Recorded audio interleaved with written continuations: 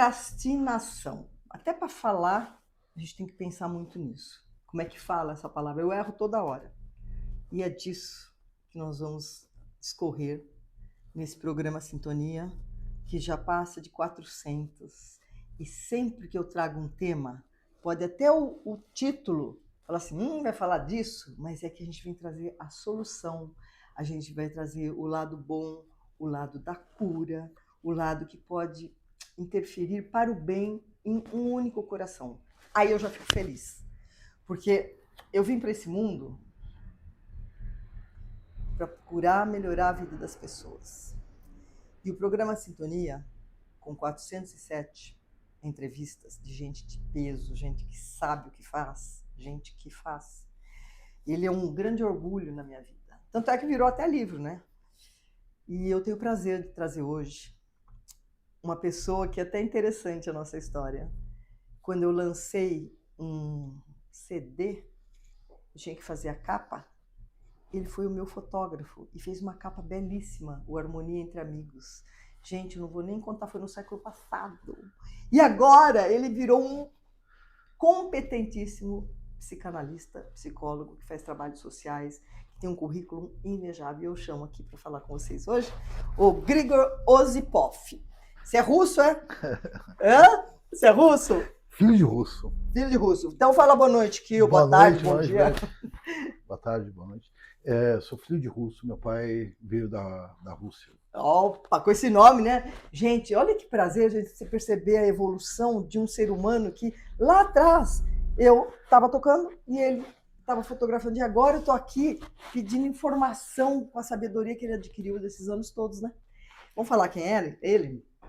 Primeiro que o tema é Procrastinação, a arte de adiar a vida, com Grigor Osipov, que é psicanalista e psicólogo, especialista em neurociência e psicanálise, com pós-graduações nas diversas áreas. Atualmente, ele está mestrando em psicanálise pela Universidade, da Argentina, que isso é chique, hein? John Kennedy, e cursa especializações em farmacologia clínica e interações medicamentosas. E transtornos mentais graves. Caramba, o que você não faz? Atua na área da saúde mental, com foco em ações, psicotizações relacionadas ao uso de substâncias e situações de vulnerabilidade social. Coordena grupos terapêuticos com pessoas em sofrimento psíquico, usuários de substâncias psicoativas e populações em risco. Eu perguntei para ele, você não tem nenhum livro? Você não vai escrever um livro? Ele trouxe um monte. Ele escreveu muitos livros, que nós vamos falar isso aqui daqui a pouco. Amei estar com você e perceber como a sua trajetória deu uma virada para o bem, né? Porque às vezes a pessoa muda de vida, mas não é tanto o que ela quer. Mas você já estava bem maduro, se transformou em psicanalista, é porque essa é a sua missão. Que é o final do nosso programa, não é a sua missão? É minha missão, sim. Você está contente? Estou contente, estou realizado e me realizo todo dia no meu trabalho, né? Porque você precisa estar desperto, com vontade, com dedicação, assim, eu uso a palavra tesão. Tesão de fazer as coisas, porque senão você não aguenta passar. Você fala tesão de fazer, e eu digo assim, que se eu não tivesse libido pela vida, nada ia funcionar, não é? E a coisa mais legal também que eu acho é que ele conhece a Araceli Albino, que já veio 2 vezes ao programa, e a Arminda Martins, que foi minha psicóloga, cuidou de mim, que quando o meu marido, depois de 28 anos, chegou do meu lado e falou assim, tô indo embora, eu falei, Deus te abençoe, porque eu fazia terapia com ela. Não é ótimo isso? É isso que você faz na vida, ajudar as pessoas, né? Sim, eu ajudo as pessoas. A Arminda também é uma grande referência, a Araceli também. Eu aprendi com elas também. Então, muito bom. E hoje me explica ao nosso internauta o que é exatamente procrastinação. Acertei? Acertou. Procrastinação, por que a gente chegou nesse tema? Porque é uma coisa recorrente, uma coisa moderna, né? Todo mundo fala sobre isso. Pode falar mais alto um pouquinho. E o que acontece? Percebemos que muita gente se sente procrastinador, mas não é. E tem muita gente que é um procrastinador, mas não se reconhece. Tá. Então, dentro desse processo, Beth, a gente foi discorrendo no livro os processos que cada um pode estar vivendo. Eu conheço pessoas que eu atendo que falam assim, nossa, minha vida, eu procrastino tudo, não faço nada. Mas ela faz 25 coisas no dia. Mas ela não se reconhece nessa posição de estar tão ativa. E agora, e outra coisa, né? Muita gente também coloca grandes metas e acaba não realizando essas metas porque elas são impossíveis de serem feitas. E muitas, E talvez, né? muitas também. Então, assim, muitas tarefas complexas e difíceis. Como, por exemplo, né? Vou usar um exemplo. Um paciente uma vez falou, eu vou usar uma meta que a partir de amanhã eu vou ler 20 páginas por dia. Eu perguntei, mas quantas páginas você lê normalmente? Falou, nenhuma. Vai já direto para 20. Então, aí, como é que vai chegar? Não, porque o ler depende também de um exercício e depende também de um certo rigor, uma constância, hábito, né? um hábito. E é cansativo para todos. A gente fala assim, mas aquele cara gosta de ler. Não sei. Eu prefiro assistir televisão, às vezes, do que estar lendo, né? Não é? Então, a gente lê por uma obrigação, para melhorar, porque a gente tem uma curiosidade, ou ganha algum livro, ou tem alguma coisa realmente teórica que vai fazer com que nós melhoremos, né? Pesquisemos ou escrevemos alguma coisa relacionada a algum artigo científico que... Então, o que eu estou entendendo, esse termo procrastinação e essa atitude quer dizer muito mais daquilo que a pessoa se impõe de fazer e depois não consegue fazer e se acha procrastinadora, não é?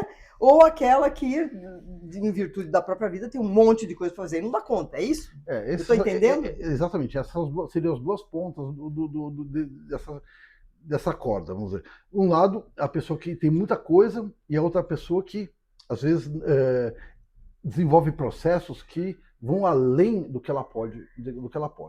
Mas quando a gente coloca no livro, que é o recorrido, o percurso que a pessoa faz, que tem a ver, às vezes, com as questões da infância dela, com a forma com que ela leva a vida, com os acontecimentos da vida. Então, não dá para você definir o que é um procrastinador ideal. Porque cada um vai ter a sua forma de entender a sua procrastinação. Eu, esse ano, particularmente, fiz 12 coisas. 12? Uma por mês? Que eu considero maravilhosas. E eu fiquei uma vez pensando, mas eu tinha que fazer mais, mas eu fiz muito. E eu me exigi mais do que eu poderia. Tanto que me deu um cansaço além do que eu deveria ter, né? Porque eu exigi demais. Então, isso foi um erro. Então, assim, às vezes eu me senti procrastinador. Esse livro foi feito. Ele foi feito sem procrastinação, tá? Tá. E eu escrevi em parceria com um colega, que ele é de Minas Gerais, que ele é um psicólogo, psicanalista também, e que ele trouxe o tema e eu abracei, porque a gente traz questões que estão ligadas à natureza, à história, à mitologia e à forma que as pessoas podem levar a sua vida. E eu achei interessantíssimo porque ele fala a arte de adiar a vida. Que frase forte, hein, Grigor? Quanto que a gente adia a vida nas pequenas coisas. Às vezes você tem lá em casa um jogo de prato que você nunca vai usar. Um dia eu posso precisar. E não usa. Uma roupa que está no armário, um dia eu posso precisar. Estudar um instrumento, um dia... E isto é adiar a vida. Adiar a vida. Fala mais sobre esse adiar a vida. O adiar a vida é muito legal porque é uma arte, né? A arte de adiar a vida é muito mais do que adiar. Você tem todo um trabalho, né? Porque às vezes a pessoa vai elaborando formas para justificar a sua procrastinação. Então, assim, eu vou adiar por causa disso. Ela começa a trazer elementos que não fazem parte, mas que vão dando um sabor. Porque o vizinho... Desculpas para si mesmo. E esse livro ele tem uma coisa legal sobre essa arte de adiar a vida, porque às vezes, quando a gente adia a vida, às vezes pode ser positivo. Às vezes a gente pode não estar preparado para aquele momento. Era o que eu ia te perguntar. Adiar é só preguiça ou tem uma conotação por trás disso, do adiar? Conte para nós. Porque às vezes a pessoa pode achar que ela está preparada para aquilo. Às vezes ela não está preparada. Às vezes ela é uma árvore frondosa, mas tem uma raiz pequena, não tem um estofo, um conhecimento para fazer aquilo, mas tem um sonho, tem o ideal, como a arte, né? A arte é um grande ideal, onde você coloca sua pulsão, você coloca sua vontade, você, de certa forma, que a gente também coloca aqui, você é uma sublimação, onde parece que vem da alma as coisas, né? E a pessoa, ela às vezes não está preparada para fazer aquela ação. Isso aí é um fator negativo, porque ela quer voar, mas não tem um avião.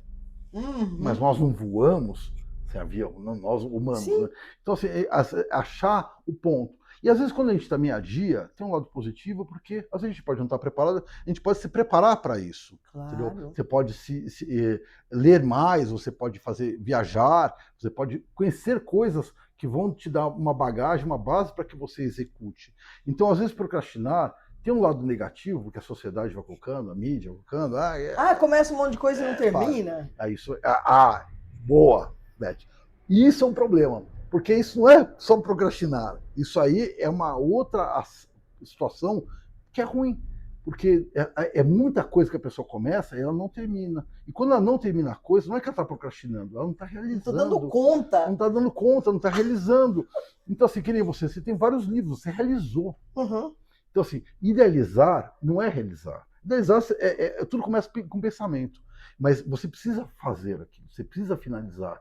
Porque não adianta você ter um livro com 50 páginas, mas ele precisa ter 100. Você não acabou o livro. Uhum. Não tem um livro. Eu costumo dizer, se você me permite te interromper, que tudo nasce de uma ideia. Se não houver a ideia, o que vai acontecer se alguém não teve uma ideia de alguma coisa? Thomas Edison teve a ideia de criar a eletricidade e ele foi na tentativa, ensaio e erro 1.218 vezes, se não me engano, até que ele conseguiu. Só que bastava ele ter a ideia? Não. Ele teve que ter a ideia e ficar tentando até ele ser bem sucedido. Então, o que às vezes eu sinto nas pessoas? Elas não têm aquele ânimo, aquela ânima para poder ir atrás de realizar algo. Porque elas não criam, não têm ideia. E como é que vai surgir essa ideia? Primeiro que se você se informar, ler é importantíssimo. Você me desculpa, porque eu acho que ler muda o mundo. Muda. Ler é mais. Quando você lê autores bons, não vai ficar lendo bobagem, revista de quadrinho, lembra antigamente? A revista de sacanagem também não vai prestar, né? Você não pegou. O pessoal escreve tudo errado. Não, você não pegou o tempo da Cláudia, sabe a revista Cláudia? Peguei. Não, você é muito mais novo. Peguei Amiga, Cláudia, Manchete. Não, e aquelas de novela? Cruzeiro. Não, eu falava assim, ele a possuiu. Lembra? Não era assim? Bom, enfim, isso é só uma brincadeirinha.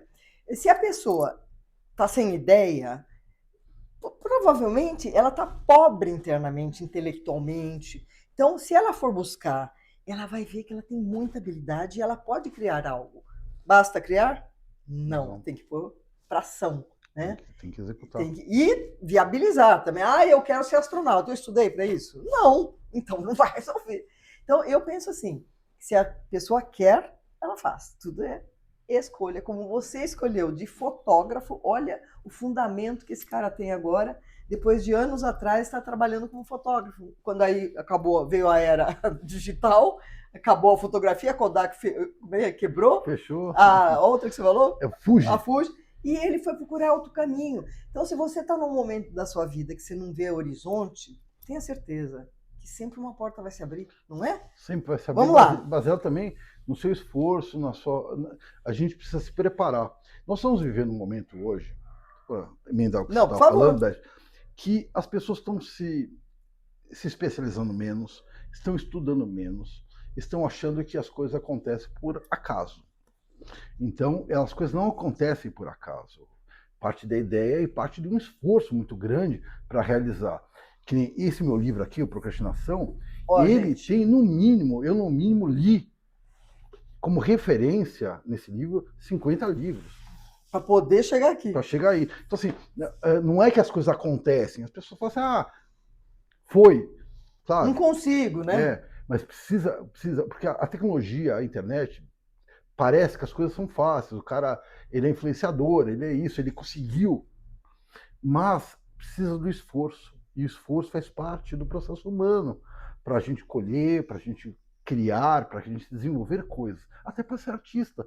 Você que é uma grande pianista, se não estudar... Se você não estudar e não se dedicar, não tiver um rigor diário ou semanal, como é que vai tocar? Sim.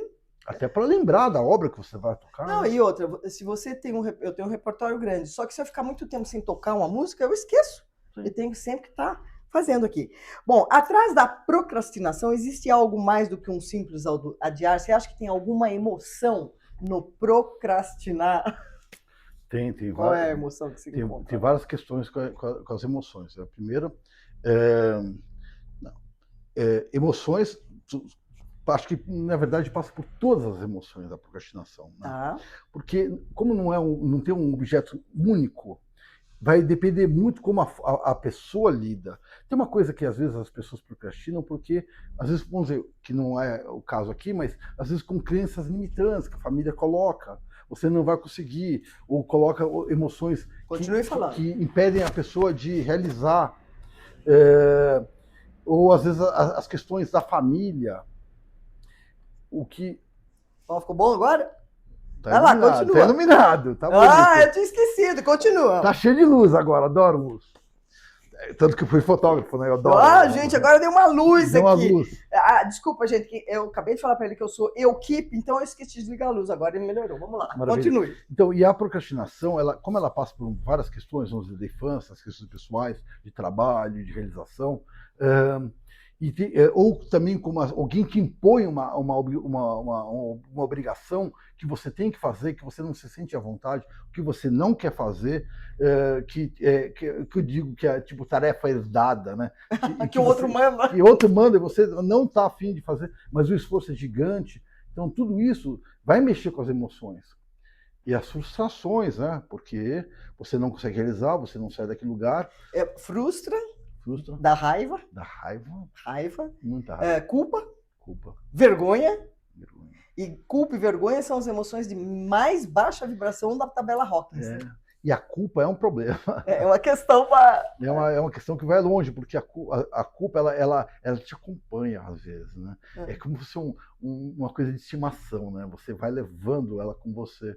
E a frustração também, que também não é fácil, né? Porque a vida é difícil, a gente precisa enfrentar as dificuldades, né? Tá, então se a procrastinação pode gerar essas emoções, qual é a solução, qual é a dica que você pode, porque aqui esse programa a gente sempre traz a questão, que eu não falo problema, é a questão, que nós vamos tocar no assunto, e qual é a saída, qual é a solução, a dica que você pode dar para os nossos internautas, para que ele lide com essas emoções e não procrastine.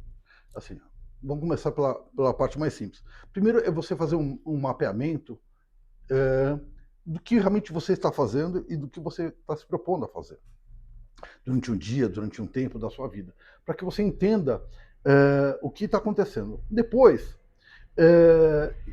ver quanto tempo você precisa para executar esse processo, esse trabalho.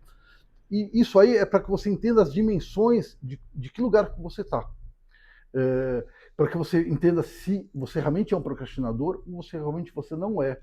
E se as obrigações, as coisas que você está colocando, têm a ver e são possíveis de ser executadas.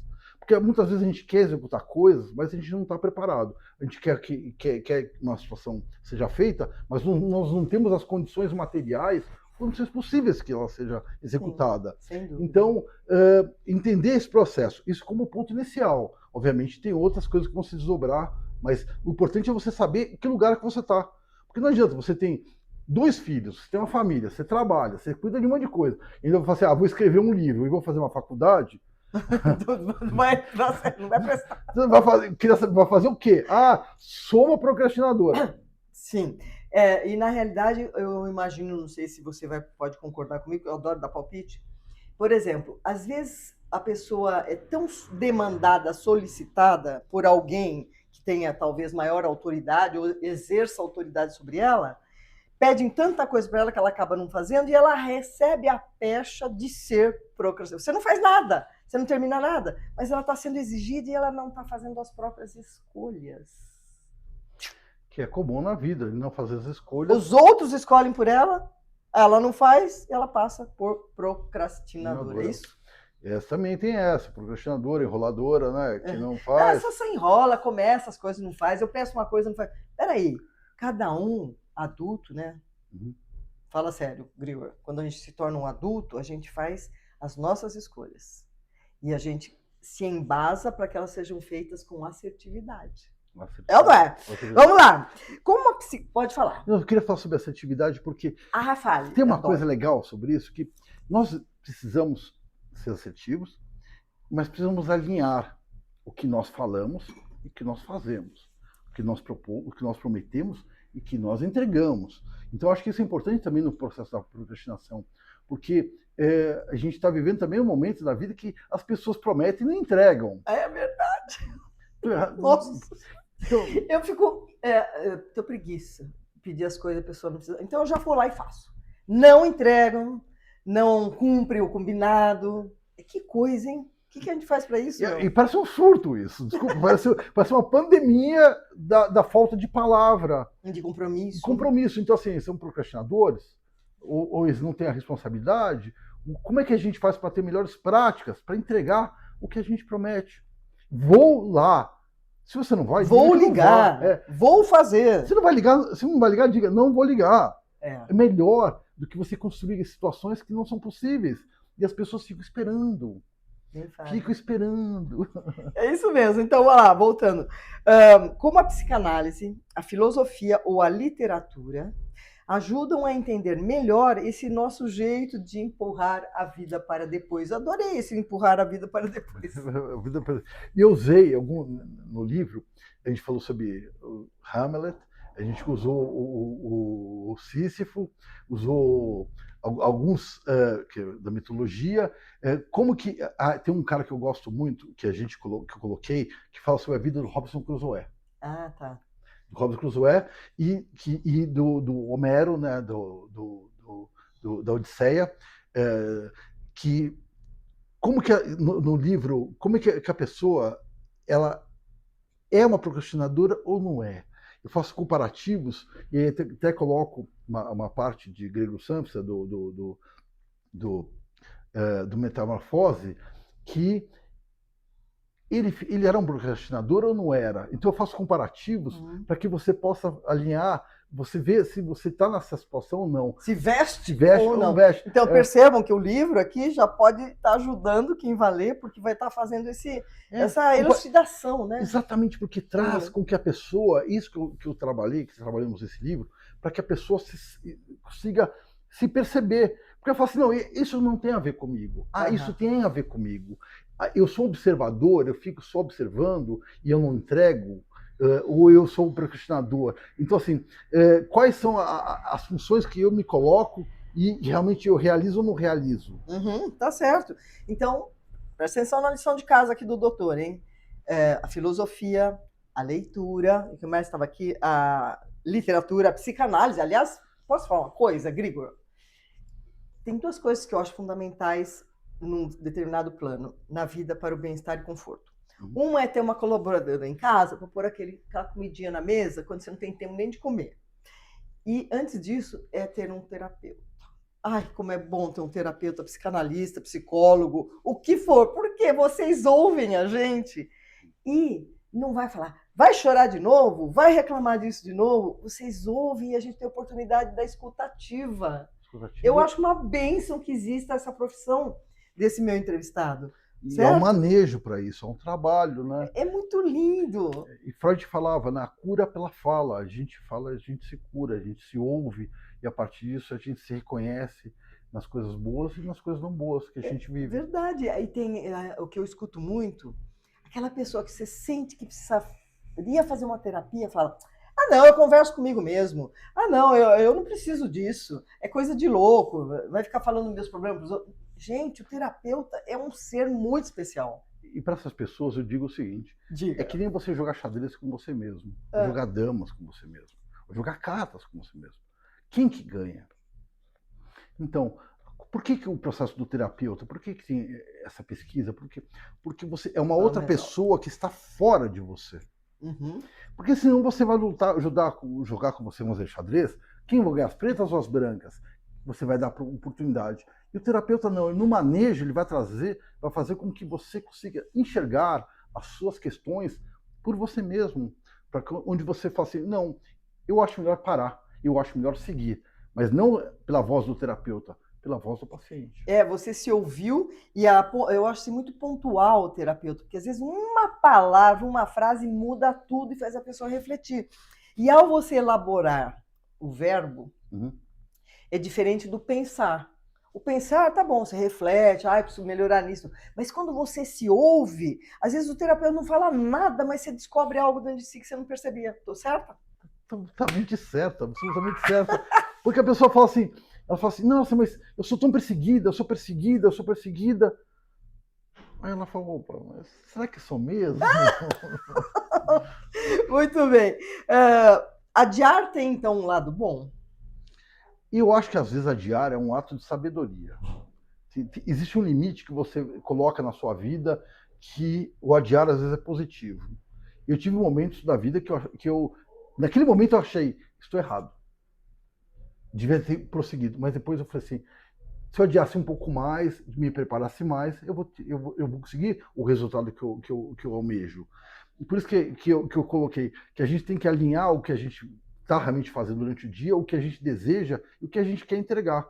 Porque às vezes a gente não está preparado e a gente precisa adiar. Eu preciso ler um pouco mais de livro, eu preciso estudar um pouco mais de piano para me preparar para uma apresentação, eu preciso ler um pouco mais sobre tal assunto para poder falar melhor sobre ele. Então, assim, o adiar às vezes é um ato também de sabedoria para que você entenda qual que é o lugar que você vai estar, onde você está. Porque às vezes fala assim, eu não estou preparado. E isso não é ruim. Isso é muito sábio. Sim, isso assim, é sabedoria. É sabedoria, muito sabedoria. Beth, vai fazer uma palestra. Não, fala assim pra mim, vai pra cozinha, fala. Vai pra cozinha. Gente, na pandemia, eu fui no Google para saber quanto tempo ficava um ovo para cozinhar, porque eu nunca tinha cozinhado um ovo na vida. Fiz papinha de nenê, sempre tive uma pessoa que fez a comida. Então, adianta você falar para eu ser chefe de cozinha? Não, não é a minha habilidade. Então, a gente tem que procurar aquela história que eu trouxe aqui, o Maurício Bernes, falar de vocação. Por exemplo, hoje o que eu sinto de você é que você está na sua vocação. E você sabe de mim, que eu sei que você me acompanha. Sim, nas mídias. Acompanho sempre, acompanha há muito tempo. Eu não estou no que eu gosto. Assim, eu toco piano, faço palestra, faço esse programa. Para mim, esse programa é uma bênção. Olha a oportunidade que as pessoas estão tendo de saber o que é a verdadeira procrastinação e não se sentir. Você está tirando culpa de muita gente. Sim. Está tirando com o que você está falando. Então, é assim, definir o que você quer. Falar, mas eu não tenho habilidade para nada. Você já não ouviu falar isso? No seu consultório? Eu não tenho consultório, mas eu escuto muito. Beth, como é que você soube da sua missão? Beth, eu não sei o que eu quero fazer. Calma, Beth, primeiro você tem que se amar, né? Primeira coisa é se amar. Missão, né? Fala da missão. A missão é uma coisa muito intrigante, né? De onde vem a nossa missão, né? Porque a gente tem que ter uma missão. E quando a gente começa a reconhecer essa missão, como realizá-la da melhor forma, né? Às vezes as pessoas perguntam, mas por que você trabalha com adictos, com esquizofrênicos, em tal lugar, em tal situação? Por que você foi para esse lugar? Que lugar ruim? Alguém tem que trabalhar com essas pessoas, com essa população. Da mesma forma que alguém tem que fazer isso, tem que fazer aquilo. A gente vai se encontrando e a vida vai nos dando oportunidade para que a gente possa experimentar. Eu gosto muito de experimentar a vida. Eu acho que eu sou uma pessoa que tem uma vida, um amor pela própria vida incrível. Então, eu acho que quando a vida me deu essa oportunidade de conhecer um pouco mais sobre a psicologia, sobre a psicanálise, aprofundar no mestrado e para cima disso... E o trabalho social que você faz. O trabalho social que eu faço... Você faz junto ao Sindicato dos Psicanalistas? Não, é a parte. Eu faço com a Cefras, Comissão Belém, diretamente... Então, é o seu lado doador, altruísta. Doador, sim. Eu fiz aqui um tempo no CRAI, que é o Centro de Referência e Atendimento ao Imigrante, para que eles tivessem um atendimento e acolhimento no Brasil. Tem um lado altruísta e tem um lado também que alguém precisa fazer isso. Às vezes as pessoas acham que é muito complicado, elas não se encontram, porque às vezes elas só se preocupam com o seu conforto. E na entrada da grana. Na entrada da grana. Que todo mundo quer conforto, claro. Só que eu fiquei alguns anos na Faculdade de Medicina, fazendo projetos com eles, editoriais, e lá eu entendi a verdadeira função que nós temos, de certa forma. Porque não adianta você ser médico de 50 mil, 100 mil reais, a operação, o que for. Não, você também tem que também atender essa população mais simples. Porque, de certa forma, todos fazem parte do mesmo sistema. Né? Então, assim, a gente não pode diferenciar. E uma coisa que eu percebo, principalmente quando eu trabalho com clínica terapêutica, que a teoria... ela está ali, você vê nitidamente, essa pequena presença que você falou, às vezes o profissional não precisa falar, mas só de ele estar presente, Só de estar ouvindo, ouvindo, escutativo, já é né? transformador. A pessoa fala assim, caramba, eu nunca tinha pensado nisso, e eu não falei nada para a pessoa. Mas que maravilhoso! Ela se ouviu. Ela se ouviu, exatamente. Ela se ouviu. E ela se transformou.